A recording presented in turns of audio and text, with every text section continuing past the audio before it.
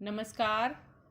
कक्षा 10 का साइंस का लेसन तत्वों का आवर्त वर्गीकरण, इसके पार्ट 2 में हमने न्यूलैंड के अष्टक सिद्धांत के बारे में जाना, जिसमें उन्होंने तब तक के ज्ञात 56 तत्वों को संगीत के सप्तक की तरह व्यवस्थित किया और इस व्यवस्था में उन्होंने परमाणु द्रव्यमान के आरोही क्रम का पालन किया। परमाणु द्रव्यमान के आरोही क्रम में तत्वों को व्यवस्थित करने पर उन्होंने देखा कि प्रत्येक तत्व से 8वें तत्व तक अगर हम जाएं तो पहले और 8वें तत्व के गुणधर्म समान होते हैं। लेकिन उनके इस वर्गीकरण में कुछ कमियां रही। उनका यह वर्गीकरण कैल्शियम तक लागू होता है, क्योंकि कैल्शियम के बाद प्रत्येक 8वें तत्व के गुणधर्म समान नहीं होते। अब आप यह ना सोचने लग जाएं कि न्यूलैंड ने कोई विशेष कार्य नहीं किया, उसमें कमियां हैं। हाँ, इस वर्गीकरण में कमियां हैं, लेकिन उन कमियों के कई कारण हैं।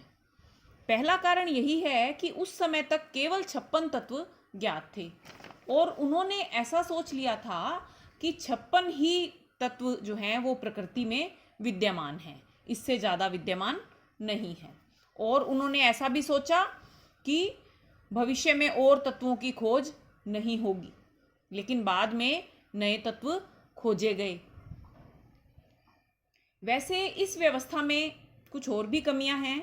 उन्होंने एक ही स्थान पर दो दो तत्वों को भी रखा। देखो, आप यहाँ देख रहे हैं कोबाल्ट और निकल एक ही स्थान पर विराजमान हैं।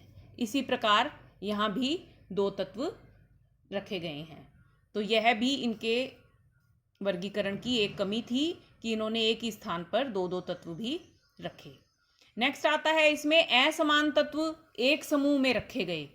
कुछ तत्व ऐसे थे जो गुणों में समानता नहीं रखते थे, लेकिन उन्हें एक ही समूह में रख दिया गया। जैसे आप देखिए कि हाइड्रोजन, फ्लोरीन, क्लोरीन और ब्रोमीन के साथ जब कोबाल्ट और निकल को रखा तो ये इनके गुणों से समानता नहीं रखते। कोबाल्ट और निकल बाकी तत्वों से बिल्कुल अलग गुणधर्म रखते हैं। तो यह भी इनके वर्गीकरण की एक कमी थी। इसी प्रकार समान गुणधर्म वाले जो तत्व थे उनको भी अलग अलग समूह में अलग अलग स्थान पर रखा गया। देखिए आप इस सारणी में, जैसे आयरन है, ये यहाँ आयरन है। आयरन से समानता रखने वाला तत्व कोबाल्ट और निकल यहाँ है।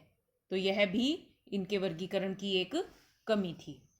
फिर भी हम उनके कार्य को महत्व तो देंगे, क्योंकि तब तक 56 ही तत्व ज्ञात थे और इन्होंने एक नींव रखी कि बाद में आने वाले जो वैज्ञानिक थे इस तरफ और अपने प्रयास करें, और उनके प्रयास से आगे सफलता मिलती गई।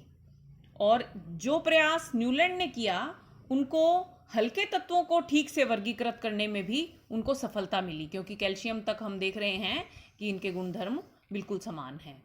अब इस वर्गीकरण में एक चीज और आती है, कई बार छोटा सा क्वेश्चन पूछ लिया जाता है कि न्यूलैंड के अष्टक में क्या डॉबेराइनर का त्रिक भी विद्यमान है? बिल्कुल है। आप देखिए, ये न्यूलैंड्स के अष्टक हैं और इसके अंदर लिथियम, सोडियम और पोटेशियम, यह डॉबेराइनर का त्रिक विद्यमान है।